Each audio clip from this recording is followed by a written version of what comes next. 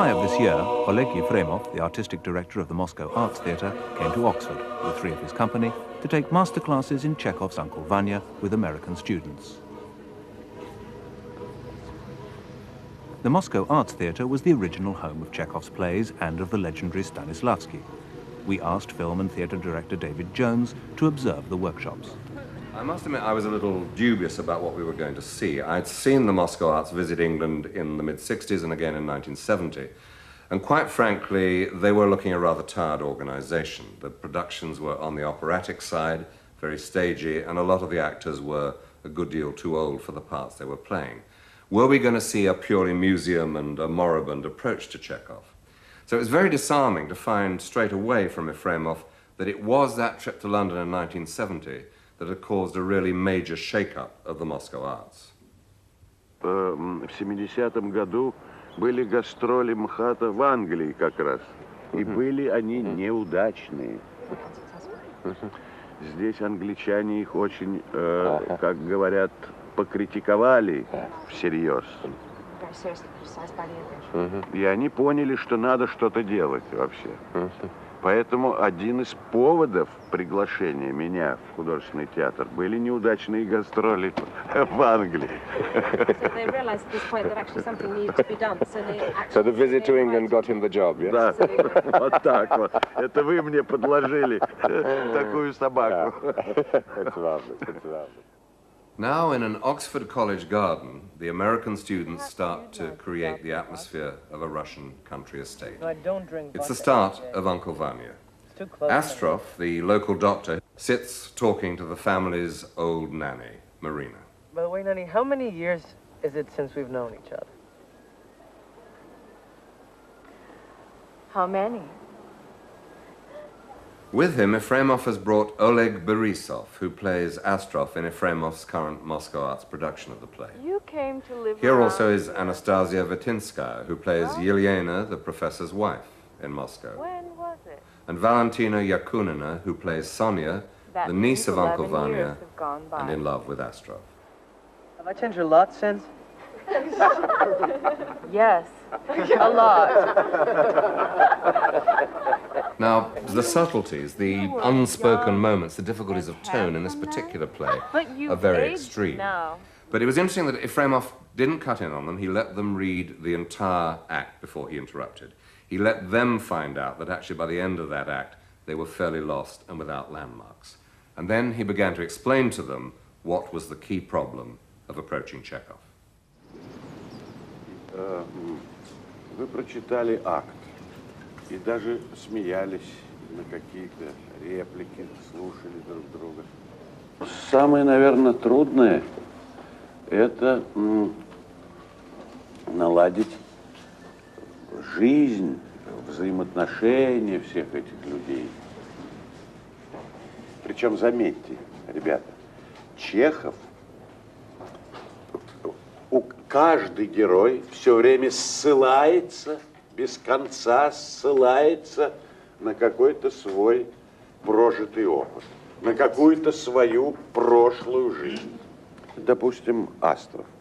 Но он же приехал сюда не просто сказать, как ему плохо живется и как ужасно вообще крестьянство в России, или просто приехал к капризному больному, его нет, обиделся. Нет. Вот видишь, тут уже начинаются тоже сложные ответы, которые ты сам должен, очевидно, дать на эти вопросы, которые ты должен себе поставить.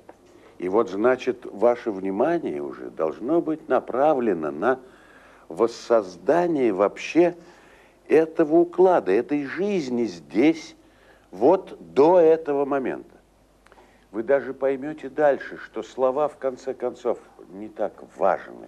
И очень часто слова как раз противоречат тому, чем действительно живет человек.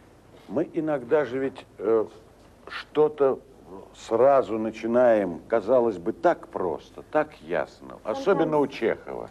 Читаешь пьесу, ну так все просто, то, что там происходит. И тут вот мы попадаем в эту ловушку. Я знаю, что, конечно, для актеров, ну и особенно для молодых, да и талантливых, и они сразу хотят к результату, к результату. Но именно эта работа, в этой работе заложены все потом открытия ваши, актерские, собственные открытия. Ну,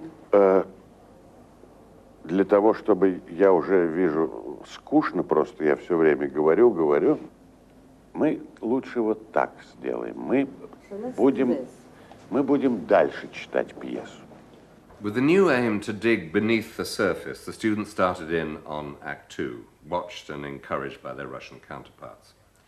It's a night of storm, and Vanya and Astrov have settled down to some hard drinking. Sonia breaks up the party and rebukes Astrov for encouraging her uncle to drink. And then she tries, very indirectly and indeed unsuccessfully, to confess her love to Astrov. It turns out that it's only going to be to Yelena that she can really talk about her true feelings. Tell him, Mihail Lvovich, if I had a girlfriend or a young sister, and if you got to know that she... Well, suppose that she loved you, what would you do? I don't know. Probably nothing. I should let her know that I couldn't love her. Besides, I've got too many other things on my mind. However, if I'm going, I'd better start now. I'll say goodbye, my dear girl, or we'll not finish till morning. I'll go through the drawing room if I may, otherwise I'm afraid your uncle may keep me. He didn't say anything to me. His soul and his heart are still hidden from me, so why do I feel so happy? I told him, you have poise and nobility of mind and such a soft voice. Did it sound out of place? His voice vibrates and caresses. I can almost feel it in the air now. But when I said that to him about a younger sister, he didn't understand. How dreadful it is that I'm not good looking. How dreadful. I know I'm plain. I know. Last Sunday, as people were coming out of church, I heard them talking about me, and a woman said, she's kind and generous, but what a pity she's so plain. So plain.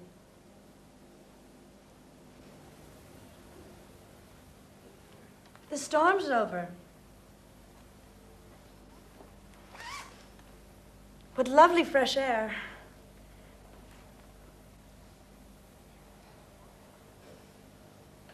Where's the doctor? He's gone. Sophie. What? How long are you going to be going on sulking with me? We haven't done each other any harm, so why should we behave like enemies? Come. Do let us stop I it. wanted to myself. Yes, let's not us be cross anymore. That's fine. I've been wanting to make up for ever so long, but I felt ashamed somehow. Oh, why are you crying? Never mind, there's no reason. Come there. There. I'm a queer creature. I've started crying, too. You're cross with me because you think I married your father for ulterior motives. If you are impressed by oaths, I will vow to you that I married him for love. I was attracted to him as a learned man, a celebrity. It wasn't real love, it was artificial. But can't you see that at the time, it seemed as though it was real to me? Tell me honestly as a friend, are you happy? No? I knew that. One more question, and tell me frankly. Wouldn't you have liked your husband to be young? What a little girl you are still. Of course I should. Ask me something else. Do you like the doctor? Yes. Very much. Have I got a stupid face? I'm so happy. So so happy. Now, the Russians pick up the scene earlier to show more of the interplay between Astrov and Sonia. Borisov's very interesting in his very down-to-earth, unromantic approach to Astrov. And I think that in working in that way, they were very much in tune with what Chekhov had requested. Chekhov said that in his plays, life must be exactly as it is and people as they are, not on stilts. Let everything on the stage be just as complicated and at the same time just as simple as it is in life. Я работаю, вам это известно, как никто в уезде. Судьба бьет меня не переставая, порой страдаю я невыносимо. Но у меня вдали нет огонька. Я для себя уже ничего не жду. Не люблю людей. Давно уже никого не люблю. Кого? Что мужики однообразны очень, неразвиты, грязно живут. А с интеллигенцией трудно ладить, она утомляет. Эти ноют, ненавистничают, болезненно клевещут. Подходит к человеку боком, смотрит на него искоса и решают: о, это психопат, или о, это фразер. Когда вот не знают, какой ярлык прилепить к моему лбу, говорят: это странный человек. Странный. Я люблю лес, это странно. Я не ем мясо, это тоже странно. Непосредственного, чистого, свободного отношения к природе, к людям уже нет. Нет и нет. Нет, прошу вас, умоляю, не пейте больше. Да чего? Это так не идет к вам. Вы изящны. У вас такой нежный голос. Зачем же вы хотите походить на обыкновенных людей, которые пьют и играют в карты? Вы не делайте этого. Умоляю вас. Вы же сами говорите, что люди не творят, а только разрушают то, что им дано свыше. Ну зачем же? Зачем вы разрушаете самого себя? Не надо, не надо. Умоляю, заклинаю вас. Я не буду больше пить. Дайте мне слово. Честное слово. Благодарю. Баста. Я отрезвел. Видите, я совсем трезв, и таким останусь до конца дней моих.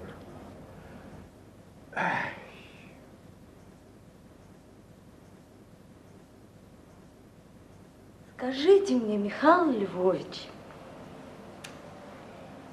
если бы у меня была подруга, ну или младшая сестра, и если бы вы узнали, что она, положим, любит вас, как бы вы к этому отнеслись? Не знаю, должно быть никак. Дал бы ей понять, что полюбить ее не могу. Да и не тем моя голова занята. Ну, как-никак, а если ехать, то уже пора. Прощайте, голубушка, а то мы так с вами до утра не кончим. Я пройду через гостиную, а то боюсь, как бы ваш дядя меня опять не задержал.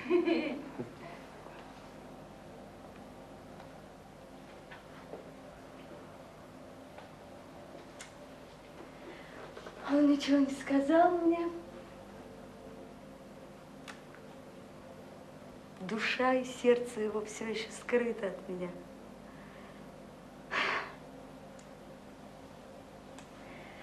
Но чего же я чувствую себя такой счастливой?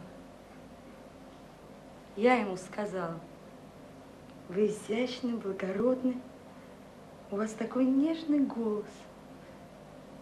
Разве это вышло не кстати? Голос его дрожит, ласкает. Вот я чувствую его в воздухе. А когда я сказала про младшую сестру, он не понял. это ужасно, что я некрасива. Как ужасно. А я знаю, что я некрасива, знаю, знаю. В прошлое воскресенье, когда мы выходили из церкви, я слышала, как говорили про меня. И одна женщина сказала, да, она добрая, великодушная, но что она так некрасива. Некрасиво.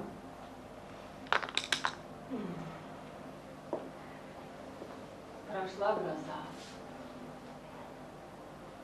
Какой хороший воздух. Где доктор? Ушел.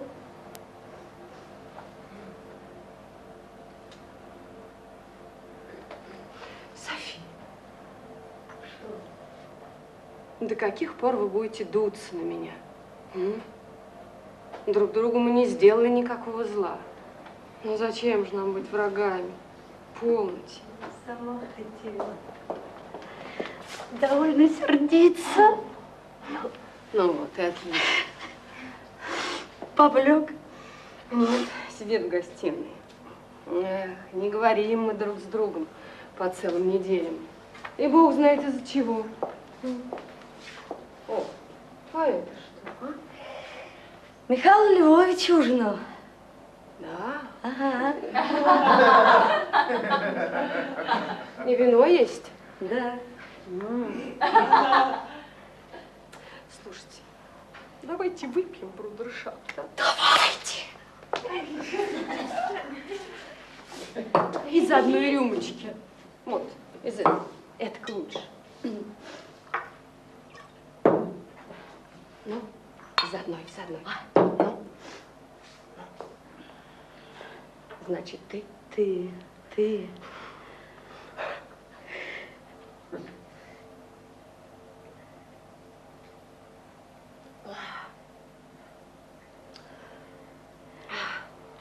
Ну.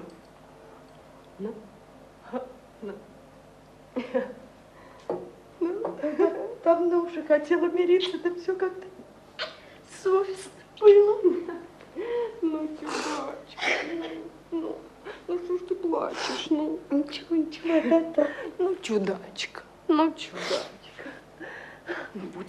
будет. Чудачка.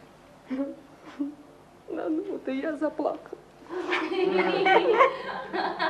In that moment of togetherness, joyful but at the same time very fragile and very sad, we come at the heart of what is really the basis of a good Chekhov performance.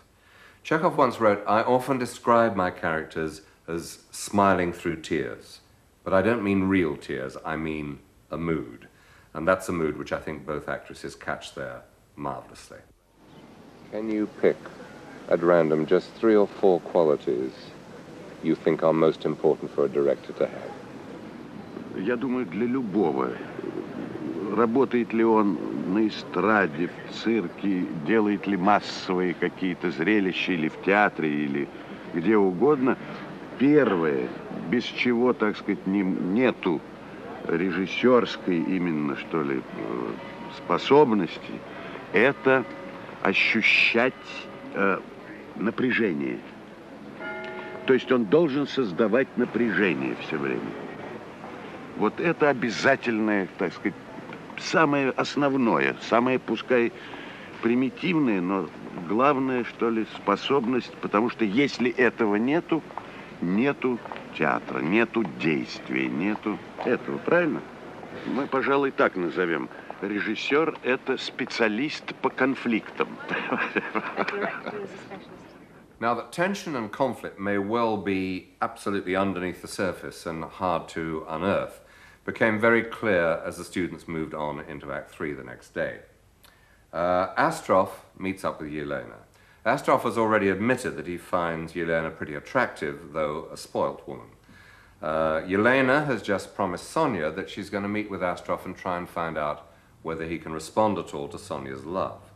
But also, she's admitted directly to us that the mermaid's blood in her veins, as she describes it, may lead her to make a pitch at Astrov herself. It looks as if Chekhov's cleared the decks for a marvelous love scene. But what happens next is really something quite extraordinary. In what I guess must be one of the longest speeches in the whole of Chekhov, Astrov suddenly launches on the most extraordinary ecological history of the area. And it's only after he's been going on for about 5 minutes that he suddenly turns to Yelena and says, "But I see that none of this interests you."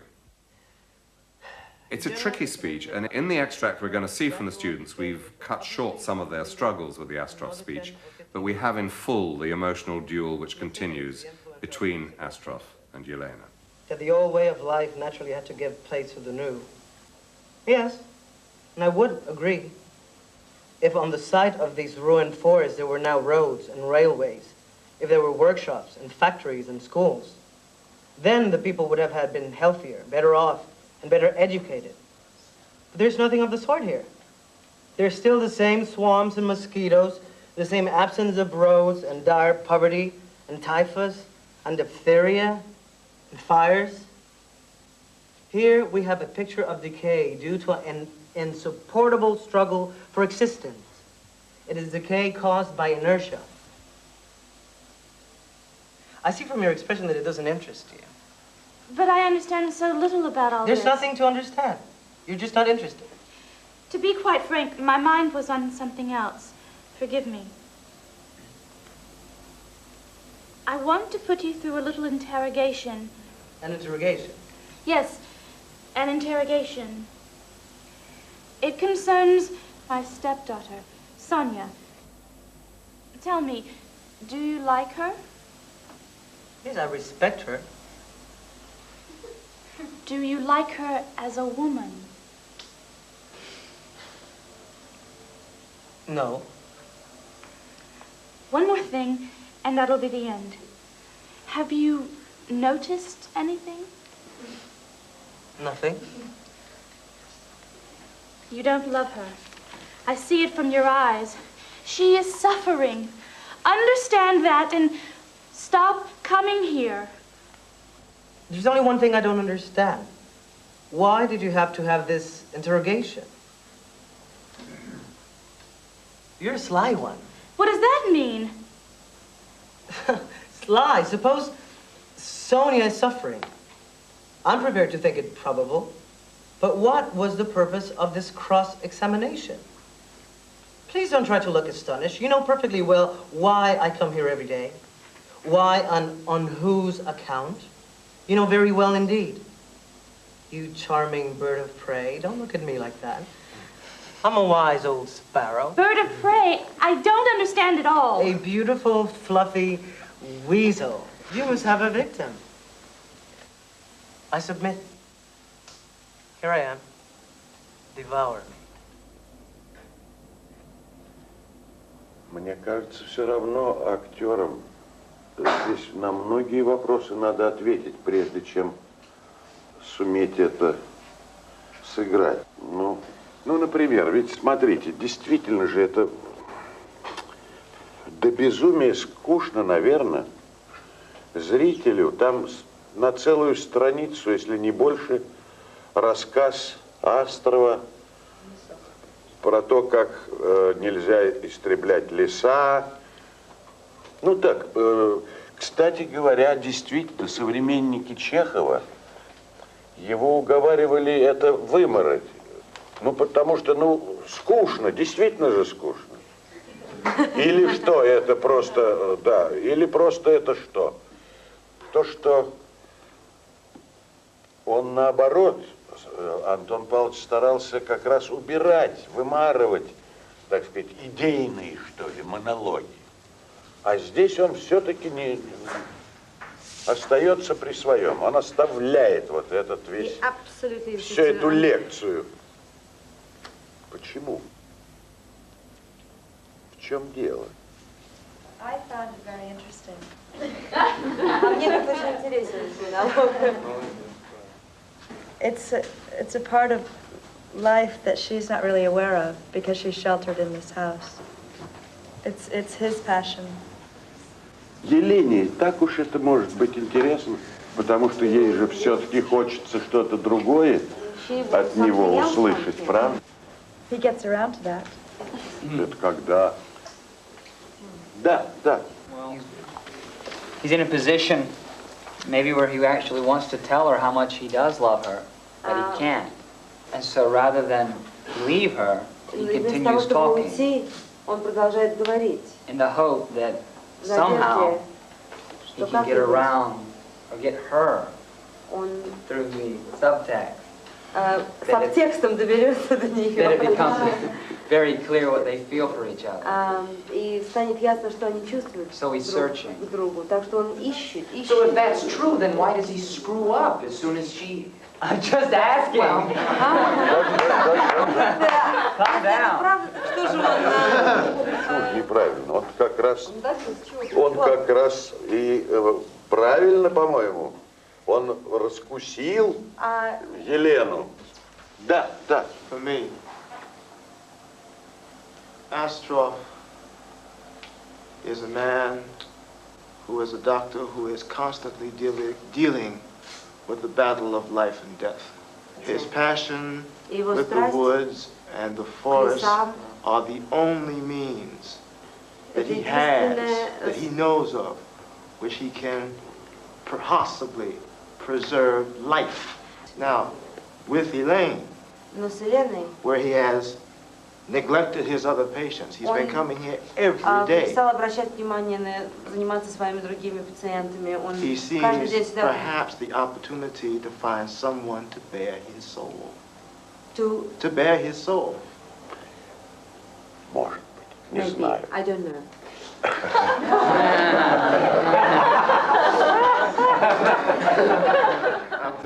Maybe. It's a great Russian answer. But I don't think Efremov is ducking the issue here. He's just trying to show the students just how complex the motivation of any single speech in Chekhov can be. He's trying to show how multi-layered the way in which Astroff's mind is working here is. Really, to understand Chekhov, you have to take on an awful lot of detective work. You have to take the tip of the iceberg, which is the play, and dig down and down to find what's underneath. And when you've done that work, then in performance you have to start making choices. You have to decide which motives for you performing the character have the priority. You have to decide what kind of tone do you want to achieve with what you're doing. You have to decide, above all, how much do the characters hide of what they're feeling and how much do they reveal. Every line of Chekhov needs this kind of choice. And now Efremov, musing on the possibilities available to them, drawing some witty analogies, even on occasions in what I think is a very good way, doing a slight comic send-up of how the characters might behave, he begins to show his hand about how he feels the scene should go. Так вот, Астров. Он приехал сюда, если предположить, в общем-то, ради этой женщины, да еще не очень это все получается, да не очень это еще все красиво, если так подумать. Ну вот я приеду, там, ну меня позвали, муж нездоров, а я-то знаю, я приехал сюда, потому что мне нравится его жена. Ну так тогда я и попробую, может быть, оправдать свою ситуацию. Я все-таки врач, и у меня много своих моментов трагических, и я общественный деятель, и я вдруг к этому кинусь и буду, так сказать, пытаться это в себе культивировать. Поэтому, когда его Елена вызывает и действительно обещал показать ей вот эти свои карты, значит, это есть та возможность вот этой встречи. Вот правильно ты говоришь, эти леса, это для меня серьезное дело в жизни и прочее, то вот, наверное, за это самое ясное мной, любимое, я и буду прятаться. Я буду, так сказать, именно сюда, так сказать, и пускать. Я буду действительно ее уговаривать, действительно буду. Но самый, так сказать, эмоциональный, что ли, эмоциональный стимул этого всего, это будет, конечно, я вас не люблю, я вас не имею никакого... Я лиса только. Вот лиса, давайте я вам расскажу. Ну, мне нравится, допустим, вот мне нравится какая-то там молодая актриса.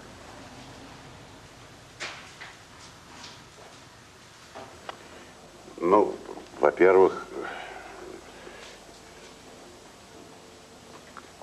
каким образом, на чем, так сказать, возможны наши взаимоотношения, когда я не имею никакого права, да и потом я знаю, что меня полюбить не могут, но мне нравится она. Поэтому я говорю, Станиславский.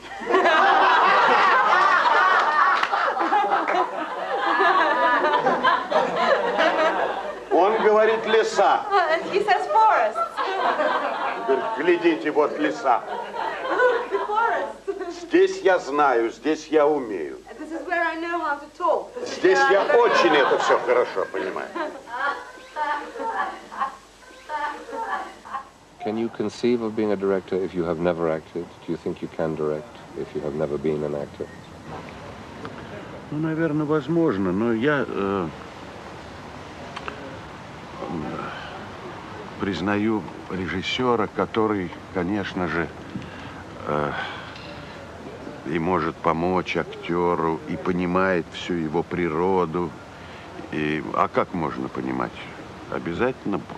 Ведь Станиславский был актером, а Немирович не играл. Но все говорят, что это потенциально он был замечательный актер. Поэтому любой режиссер все равно должен как-то природу актерскую чувствовать, значит, должен быть. Мы поэтому учим режиссуре, обязательно первых 2 года мы учим все-таки актерскому мастерству, вы понимаете? Потому что без этого как же тогда? Towards the end of their visit, Efremov and his colleagues went off to Stratford, and there the Royal Shakespeare actors who came to see them asked if they would perform that very scene between Astrov and Yelena that we've been examining. In Borisov's performance as Astrov, there's a marvelous concentration about his speech on the dying countryside. And as you listen to it, there's an incredible word music that shows us just what we miss from Chekhov in translation. Vertinskaya treads a very fine line between a satiric approach to the character and showing her passionate side. It's that delicate tightrope act which is involved in a lot of Chekhov acting. And above all, the end of the scene has an extreme volatility of emotion. It swings from laughter to a really violent ending. And that's something, that ability to switch from one thing to another in an instant, unless you can tap that, you really can't start to perform the great Russian dramatists. Добрый день. Вы хотели видеть мою живопись? Ну, вчера вечером вы обещали мне показать свою работу. Да. Вы свободны, да? О, конечно. Для вас это неинтересно. Ну, почему нет? Я, конечно, деревни не знаю, но я много читала. Угу. Ну, теперь смотрите сюда. Вот картина нашего уезда, каким он был 50 лет назад. Темная светло-зеленая краска означает леса. Половина всей площади занята лесом. Где по зелени положена красная сетка, там водились лоси, козы. Я тут показываю и флору, и фауну. Вот на этом озере жили лебеди, гуси, утки. Как говорят старики, птицы всякой, была сила, видимо-невидимо. Носилась она тучей. Ну, кроме сел, деревень, видите, вот там и сям разбросаны разные выселки, хуторочки, раскольничьи скиты, водяные мельницы. Рогатого скота, лошадей было много. Это вот по голубой краске видно. Вот здесь на этом, в этой волости голубая краска легла густо. Так тут были целые табуны. На каждый двор приходилось по 3 лошади. Ну, теперь посмотрим ниже. То, что было 25 лет назад. Тут уже под лесом только 1/3 всей площади. Коз уже нет, да, но лоси есть. Зеленая и голубая краски уже бледнее и так далее, и так далее. Ну и переходим к 3-й части. Картина уезда в настоящем. Зеленая краска лежит кое-где, не сплошь, пятнами. Исчезли и лоси, и лебеди, и глухари. От прежних выселков, хуторков, скитов, мельниц следа нет. В общем, картина постепенного и несомненного вырождения, которому, по-видимому, остается еще каких-нибудь 10-15 лет, чтобы стать полным. Вы скажете, что тут культурное влияние, что старая жизнь, естественно, должна уступить место новой. Я понимаю, если бы вот на месте этих истребленных лесов пролегли бы шоссе, железные дороги, если тут были заводы, фабрики, школы, народ стал бы здоровее, богаче, умнее. Но и тут же ничего подобного. В уезде те же болота, комары, тоже бездорожье, грязь, нищета, тиф, дифтерит, пожар. Тут мы имеем дело с вырождением вследствие непостильной борьбы за существование. Это вырождение от косности, от невежества, полнейшего отсутствия самосознания. Когда озябший, голодный, больной человек, чтобы сохранить остатки жизни, чтобы сберечь своих детей, инстинктивно, бессознательно хватается за все. Чем только можно утолить голод и согреться. Он же разрушает все, не думая о завтрашнем дне. Разрушил уже почти все. Взамен-то не создано ничего. Да. Я вижу, что вам это не интересно. Я в этом мало понимаю. Да что, понимать тут нечего, просто неинтересно. Мне-то, откровенно говоря, мысли мои не тем заняты. Да. Простите. Мне нужно сделать вам маленький допрос. Я смущена, я не знаю, как начать. Допрос? Ну да, допрос, но довольно невинный. Ну, давайте сядем. Давайте.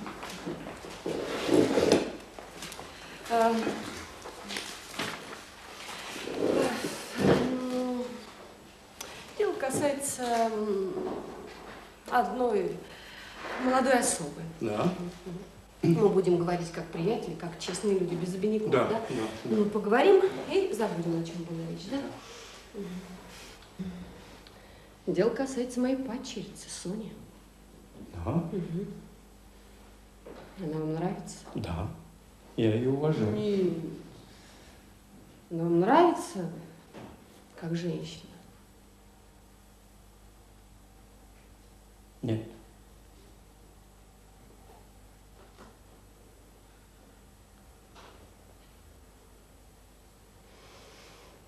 Ну, еще два-три слова и конец.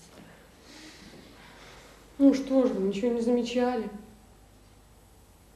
Нет, ничего. Вы не любите ее, я по глазам вижу. А она страдает. Поймите это и перестаньте бывать у нас. Время мое уже ушло. Да и некогда. Когда мне... Фу, какой неприятный разговор. Я так волнуюсь, точно я 1000 пудов протащила на себе. Фу. Ну, слава богу, кончили, забудем, будто не говорили вовсе. И уезжайте, вы же умный человек, вы же поймете.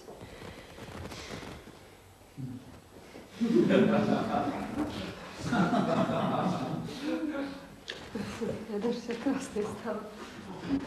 Если бы вы сказали там, месяц-два назад, я, пожалуй, бы еще подумал, но теперь... А если она страдает, то, конечно. Вот только одного не понимаю. Зачем вам понадобился этот допрос? Вы хитрая. Что это значит? Хитрая. Положим, Соня страдает, я охотно допускаю. Но к чему этот ваш допрос? Позвольте, не делайте удивленного лица. Вы же отлично знаете, зачем я бываю здесь каждый день. Зачем и ради кого бываю. Это-то вы отлично знаете. Хищница милая, не смотрите на меня так.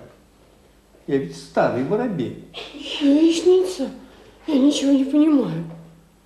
Красивый, пушистый хорек. Вам нужны жертвы. Ну что ж, вот я бросил все, жадно ищу вас, и вам это ужасно нравится, ужасно. Ну что ж, я побежден, вы же это знали и без допроса. Покоряюсь, нате, ешьте. Вы с ума сошли. Ах, вы застенчивы? Да я лучше, я выше, чем вы думаете. Я сегодня уеду, бывать здесь не буду, но говорите, где мы будем видеться? Говорите, скорее сюда могу пройти. Он какая чудная, роскошная, один поцелуй. Не ведь поцеловать только ваши ароматные волосы. Я клянусь. Ну а зачем клясться-то? Не надо клясться. Нет, Какая красивая. Какие руки. Нет, недовольна, вы забылись. Ну, подождите, мы должны видеться. Это же неизбежно. Это же неизбежно. Ты же видишь? Нет, пустите меня, пустите меня, пустите.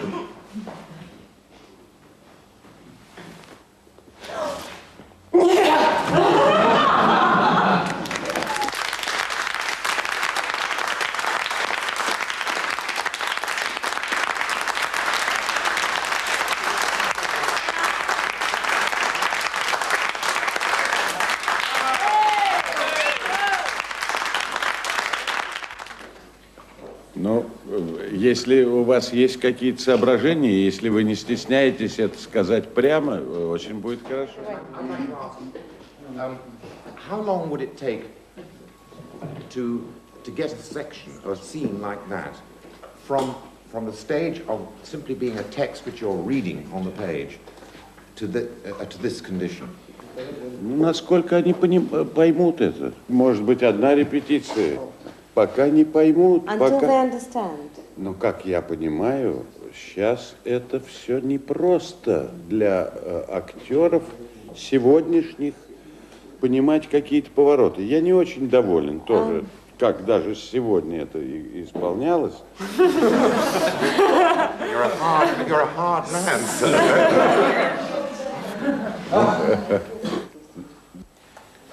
Not speaking Russian at all, it is difficult to understand the story, and I don't know the play very well.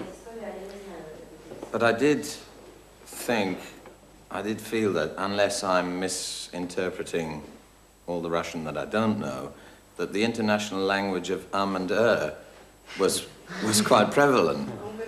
Am I correct? Yeah? In a way that I think we as English actors would tend to be shy of doing. And I think to a lot of English directors that would be a sacrilege to the playwright. My question is, if you were to perform that scene again now, would the ums and the ers be exactly the same, or would they change? We don't. They will be different, and she says we don't follow it so exactly. We do Даже it in когда вот life, вы сейчас don't we? говорили, вы тоже же делали. Even when you were Мысль-то speaking just приходит. now, when the thought occurred to you, you did Мысль it. приходит, рождается. And when the thought is born. И тем не менее, я согласен. But the director says, I do agree.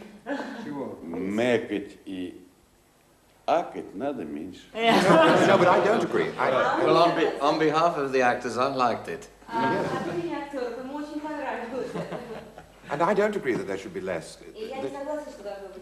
That it's that gives performance its natural liveliness, because in ordinary conversation there is to use a musical term, there's a stave of non-verbal sounds and noises, and that's part of the design of talk. What was surprising and startling to us was the relaxed manner in which things were happening, that they were happening on what one would think of as a smaller scale and that was what was so exciting. That quite they were very clear. They were very clear. Very clear. Is how big is the theatre that the Moscow Arts work in? I'm just wondering how you project that relaxation and style in a big space. Мы уже 10 лет работали в гигантском помещении на Тверском бульваре. Но теперь мы возвращаемся в свое историческое помещение. И я думаю, что будет легче артистам и зрителям будет лучше. И если на Тверском бульваре для каждого зрителя такое кресло, и они все в одиночку сидят, то вот в проезде художественного театра, вот в нашем, то есть это кресло довольно твердые, и где локти зрителей соприкасаются. The elbows of the spectators touch each other. Мне кажется, в этом есть большой смысл. I think it has a good deep meaning. Замыкается какая-то цепь. It's like the chain gets closed. The circuit. Мы вместе воспринимаем спектакль. So we react to a production all together. В этом есть какой-то смысл именно демократического восприятия искусства. Я думаю, в глобусе тоже ведь стояли вот так вот рядом, правда? И вместе, так сказать, что-то, да? Ну вот. Мне неинтересно в сегодняшнем театре. На самых, казалось бы, мне говорят, гениальных постановках мне неинтересно, если там нету открытий, которые могут совершить только актеры.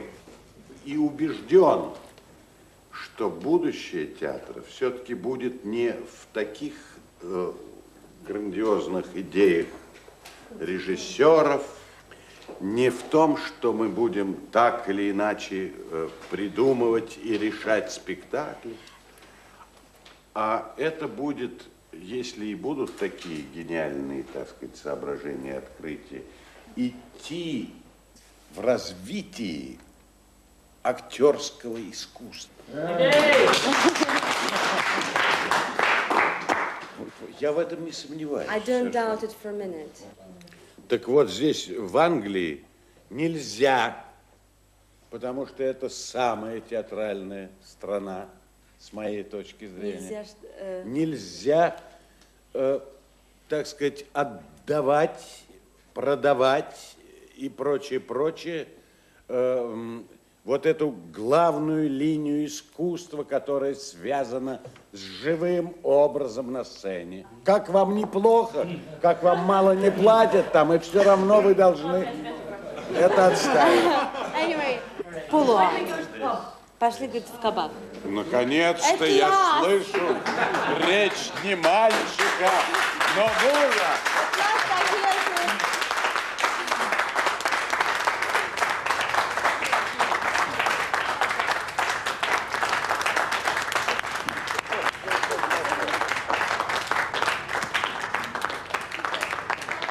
Well, we've only skimmed the surface, of course, just a very few scenes from just one play. But I think in watching those scenes gradually take life, what does become clear is that the plays let us into an entire culture. What's really great about Chekhov is that he does open a window for us into Russia. Это можно и так, очевидно, понимать Чехова, трактовать Чехова. Я его понимаю, и почему, мне кажется, он и сегодня достаточно современен. Он все-таки ставит перед человеком, задачу быть человеком. Так вот, я бы сказал. А это никогда не поздно, как говорится, все-таки стать человеком, да? It's never too late to become a human being. You're right. These minutes,